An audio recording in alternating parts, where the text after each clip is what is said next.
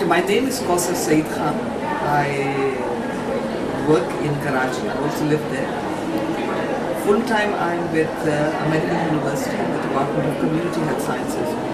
But then on a voluntary basis I work with a number of women's rights groups and other groups, part of the civil society, especially as part of the movement against Musharraf and restoration of judiciary. So I combine voluntary work with professional work, but within the professional work, since health is seen as well-being, I find it provides all the avenues to bring in the issue of justice. For me, the central concept is that of justice, and that needs to be used in terms of establishing the right and wrong of any action in the legal, whether it be religious, whether it be secular, whether it be anything. I find in defining any term, the right and wrong gets fuzzy because we get stuck in the secondary words.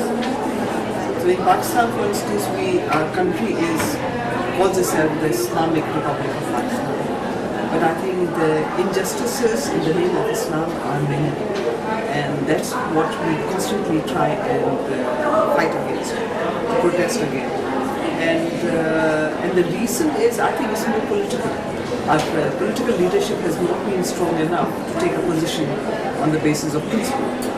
So as unfortunately political parties tend to be more interested in gaining power rather than delivering justice to people, so they are willing to compromise anything which will give them political leverage. So that's why even one of our most popular leaders, who brought in dignity to the working class in a way. To date, people remember him for that contribution, with a socialist orientation. But then he's the one who, during his time, had one sect in Pakistan declared non-Muslims. And we, as part of the women's movement, have every now and then, and along with human rights groups, said that you can't declare any group or any sect as non-Muslim.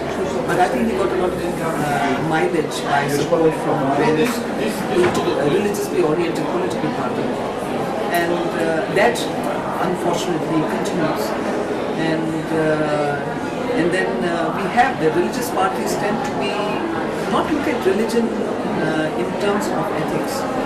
Some of our religious scholars, especially one or two who have become very, very popular, they keep saying that this essence of all religion is akhlaqiyah, which is ethics. And in one panel discussion, he said our primary school should only teach ethics and not ibadiyat, that is not prayers. He said prayers are things any Muslim family will be able to tell the child how to do. You can't assume that they don't know. He said what you have to really bring in is the angle of ethics, because then ethics becomes an issue in all. It's not just religion, it's in your trade, in how you relate with people, how you respect people. So you have that. Now these are scholars who are not part of the political parties, and I see the difference is they are more rooted in the sense of justice. As the same scholar also said in one of his TV programs, he said, the sense of right and wrong is instilled by God in everyone. He said even the most corrupt, even the one who does a heinous crime, deep down he knows what he's doing is wrong because he would never have that inflicted on himself. So he says the sense is given.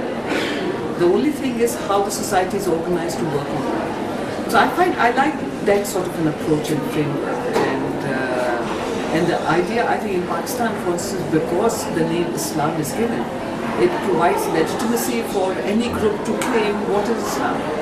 So since we have a Sunni majority, they tend to say, oh, we are the only ones, and we have a very sizable Shia minority, and they tend to downgrade, sort of question their identity. And I think that's not the debate on a political platform or as part of the social movement. The state has to become stronger, no matter what label they take. Because as we've seen in countries, even a secular state can be pretty obnoxious. I think the example of Indonesia keeps coming up. Suharto was a secular person, but he was anti-women. And he tried to destroy any women's movement or women organizing for their rights. So I find the word secular by itself is not enough. It has to be assessed and held accountable from the perspective of justice. So let people debate on what is justice, and also dialogue. I mean, I think this centralized way of decision making is something I find difficult to accept. And I think the Muslim framework allows you to do that. That the centralized power, even within the Muslim groups, can be questioned. People can go and take a fatwa from somebody else and the debate can open up. So this, in a way, I find this is an opportunity for people to engage themselves onto issues of what is right, what is wrong, do we agree, do we not agree. And if we are talking about justice, and to me this is democracy, this is how I define democracy.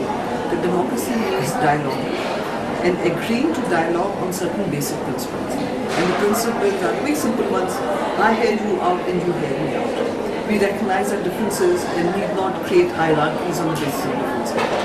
And I find even at the village level where even if the majority of women are illiterate, they have a sense of right and wrong. They will talk to you. They'll say, yeah, even men. And when now I feel, there was a time I used to say, okay, you've got to be polite and not challenge. Now I feel, no, maybe it's my age. I said, no, I'll challenge them. Why? I mean, if you think, for instance, with some NGOs I was talking, I was in a district where within 10 days there were 3 heinous incidents against women. So I asked them, I said, did you even utter a squeak on the killing of the woman, which was reported in the press? And the NGO people very innocently said, no. I said, why not? So I think the discourse has to be a discourse around the issues of right and wrong. And not that, oh, people will get upset if I raise this issue. So I encourage my team also, I said, challenge them, talk to them. But in a manner, I think as a trainer, when I do training in communication, there are certain basic principles in communicating, whereby even the critical message is presented in a manner whereby the other person is not on the defensive, but is invited to reflect. To me, that's democracy. Get people not to become the fanatics of democracy, because the fanatic doesn't listen to the other. The fanatic is the bigoted who says, I have the truth. And when people democratically inclined take the same approach, then you're not dialogue, then you're not accepting diversity. And I think that's the truest. So I've always, in the women's movement in Pakistan, we had this big debate that we declare ourselves secularists. Before that, we hadn't said anything. And I thought it was meaningless. Why get into a debate which will get you away from the issues? The issue is not that whether we use the term, but the issue is what are the principles with which we engage with more and more women. And if a term is going to close the doors of engagement, of discussion, then why have? To me, it becomes a strategy issue. So one has to keep leaving behind things that may interfere. This I think it really came into place in terms of my understanding.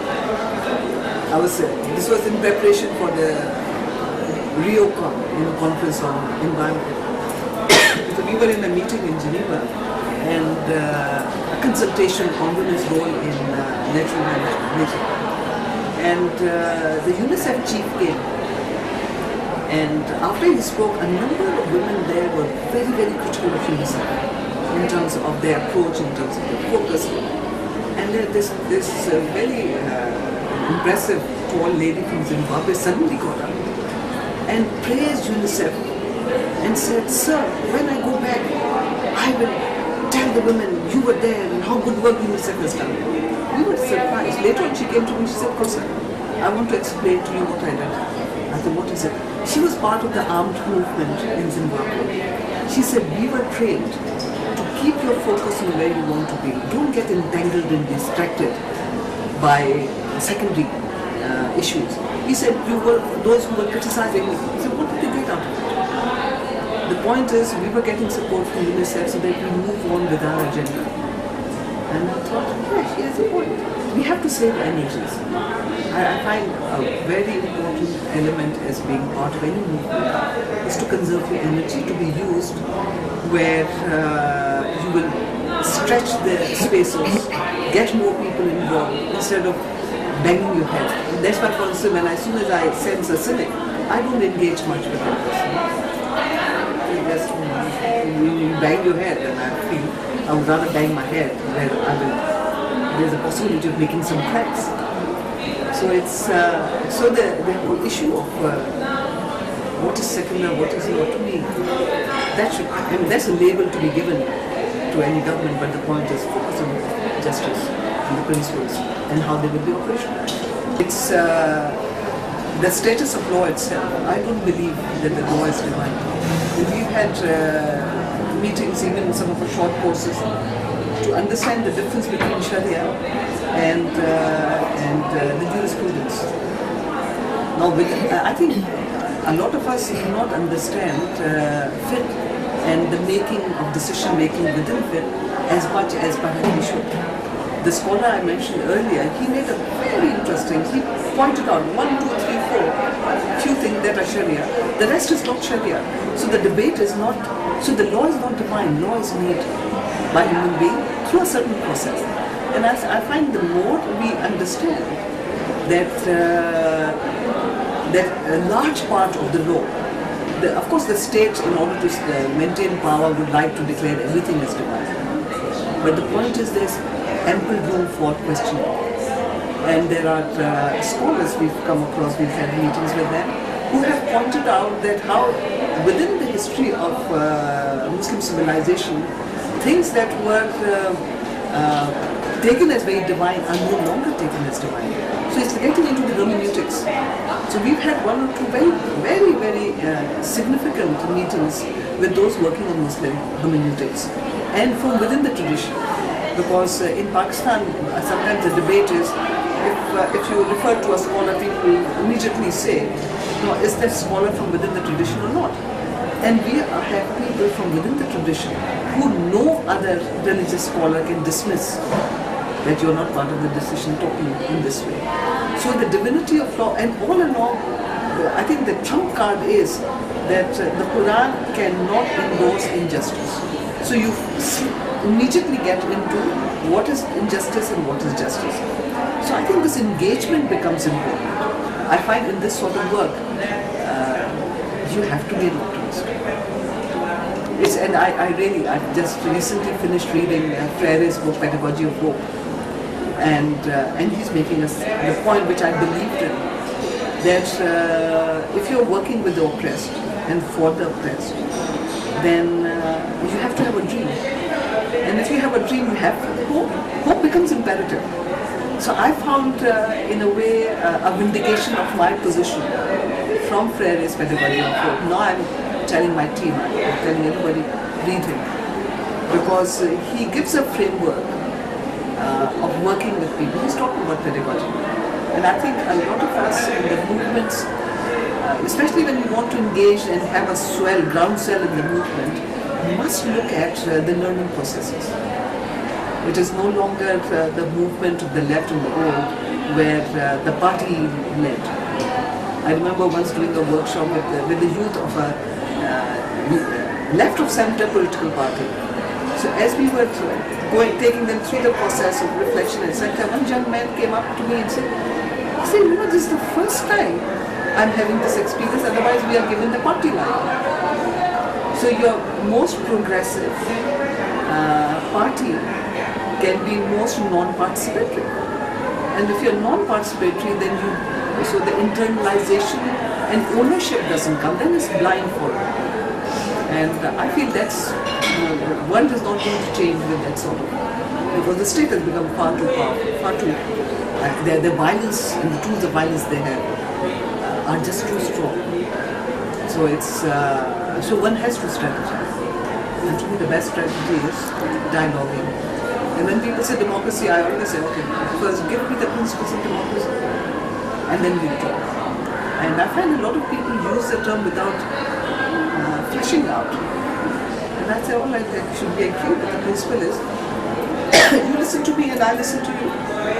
We find where we agree, and where we don't agree, we say fair enough.